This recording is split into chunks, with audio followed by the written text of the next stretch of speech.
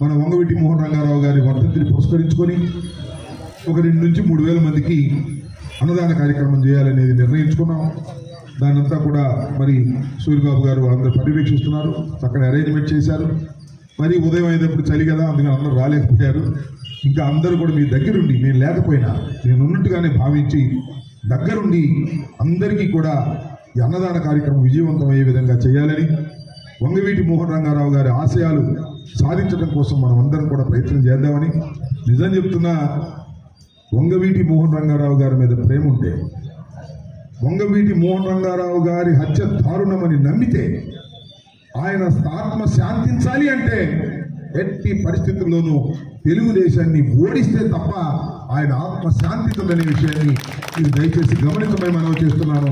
ఇదేదో ఎన్నికల కోసం చెబుతున్నటువంటి మాట కాదు, వాస్తవని మీ అందరూ గుర్తించాలని సవినయంగా మనవి చేస్తూ ఈ కార్యక్రమానికి విచ్చేసిన మీ అందరికీ నా హృదయపూర్వక నమస్కారాలు తెలియజేసుకుంటూ, మరొకసారి చెప్తున్నా, నేను సీఎం గారి ప్రోగ్రాంకు వెళ్ళిన అందరూ బాధ్యులందరూ కూడా ఇక్కడ ఉండి, కౌన్సిలర్స్, మాజీ కౌన్సిలర్స్, మన నాయకులు అందరూ దగ్గరుండి భోజన కార్యక్రమాలు అందరికీ అందే విధంగా చేసి ఆయన ఆత్మకు శాంతించే విధంగా మీ అందరూ ప్రవర్తన చేయాలని మనస్ఫూర్తిగా కోరుకుంటూ మీ దగ్గర సెలవు తీసుకున్నాను.